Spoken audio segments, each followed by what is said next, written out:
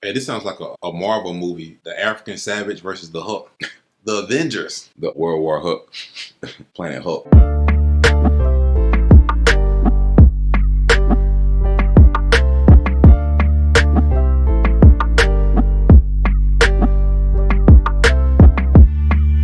Now we have Cutelaba, The Gatekeeper. And Kennedy, Nzechukwu. I'm not even going to break this down. Like, this ain't even rocket science. We already know what you're getting when you get Eon. Look at the record. The record speaks for itself. I don't think you know what you get when you see Cutelaba. I don't think he knows what he gets when you look in the mirror. Because you never know which version you get. Sometimes he looks like he should be fighting for the belt. Other times he has some of the worst fight IQ. He makes decisions. Why are you fighting Ryan Spann and taking Ryan Spann down when the only way he can beat you is on the ground? I just don't understand it. That's so odd, man. I don't understand how you got knocked out by Magomed on Kowalkiewicz. Oh, I understand. I understand how that happened, but he didn't move his head. I don't understand. And then he beat Devin Clark. It's like, oh man. How you had a split decision draw with Dustin Jacoby of all people who was on a major win streak. I don't understand how you then turn around and destroyed Devin Clark for 3 rounds. I want to say he took Johnny Walker down. He took Johnny Walker down and got submitted. I don't understand the decision making, man. Eon has kind of settled into this place where when they want to get other people on a win streak, they'll start you off with him. Or if they just kind of want to, not necessarily start a win streak, but if they want to help build you a win streak, they'll kind of throw you your Eon Cutelabas, your Misha Serkinovs, those type of people. And Eon is good for one thing, and that's winning fights he ain't supposed to win. Hey, this sounds like a Marvel movie. The African Savage versus the Hulk. The Avengers. The World War Hulk. Planet Hulk. But I'm going to tell you one thing, man. When Cutelaba fighting against bigger guys, because Cutelaba, he's a big guy compared to the average guy, but he's 6'1", right? Kennedy's 6'5". Johnny Walker 6'5". So a lot of these guys, they're abnormally big. They're really heavyweights fighting at light heavyweight, and maybe Cutelaba might look to drop him down in the middleweight because these guys is just so much bigger than him. But it seems like when he fights them, man, he struggles against these bigger guys. Is it just me or? Well, I'm gonna say this, man.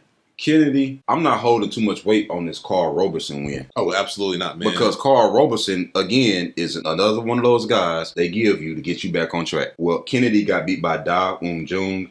He lost the decision to Nicolae Negumereanu. It was split decision. He probably should have won that one. I don't see how they even gave it to Nicolae, but... Bro, that Da Jung fight was embarrassing. Did he land anything in that fight? And he just got caught, bro. He didn't move his head not one time. But he don't have good head movement, and he's very tentative. And sometimes, if his opponent is in control of the stand-up, like Kennedy wants you to stand there and not do nothing so he can just hit you. Because a lot of his fights, he was losing until he won with knockout. Like when he beat Carlos Ulberg, he was getting beat bad. And then he went scorched earth and it just worked. And he's done that several times. But I want to say this. Beating Carl Roberson, that don't really do nothing. That the only thing that does is that balance out a loss you probably shouldn't have against Nicolae. So that leaves me right here where you got basically beat by Da Jung. That's where I'm at with this. And I think that even... You know what that means, though? It means he's 7-2 in the UFC. If you think about it, if you give him that Nicolae fight as a win, which it should be, that means he's 7-2 in the UFC. That ain't bad. He finding a way to win, but this is what I'm finna say, because we got to go through the pros and cons and all the possibilities. Okay, Kennedy, he don't really move well. He don't really move his feet well. Even when he controlled Carl Roberson, I feel like he should have got him out of there a long time ago. He kept like dominating him on the ground, then stand up. Like, what are you doing? Get him out of there, man. That fight is over with. Oh, he got him out of there. And the UFC got him out of there. Finally. But it's like, this is a fight that he should win against Eon Cutelaba. But again, Eon is good for one thing. Winning fights he ain't supposed to win. Now, this is a co-main event spot. So, I think they believe in Kennedy. I think they're promoting Kennedy. You know what I just realized? Kennedy finna win. They made this fight for a reason. Last night, Dana White said that they're doing a UFC Africa. And they're going to start in Nigeria.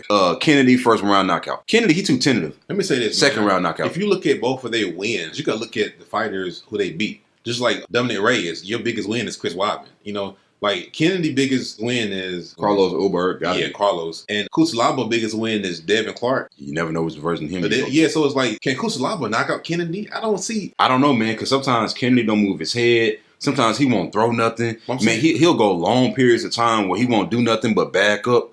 And basically, he just wants you to just not do nothing so he can throw the perfect strike. I don't think Cutelaba's striking is crisp. He has the power to knock out Kennedy, but I don't think he has the striking. But I don't think your striking acumen has to be that good to catch Kennedy.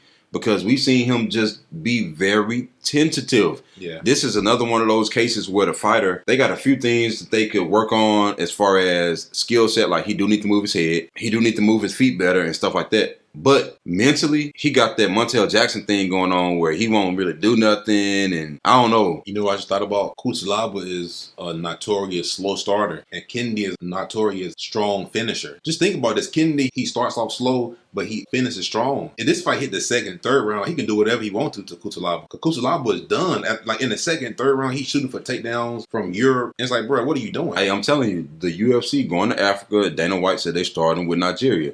You think they're not finna put this man on this card? They made this fight for a reason. I already made my pick. Because Cutelaba not supposed to be in the UFC no more. Let's be real. Man, it's tough, man. I'm going to be honest. I'm 50-50 with this one, man. If I had to choose, I'd choose Kennedy, but I don't trust any one of these guys. Yeah, I don't trust either one either. But I do know that after I read what Dana said that last night, it just clicked in my mind. Yeah. And I was like... I get what you're saying, but you never know which version of Cutelaba you get. I know, but one thing about him, he's inconsistent.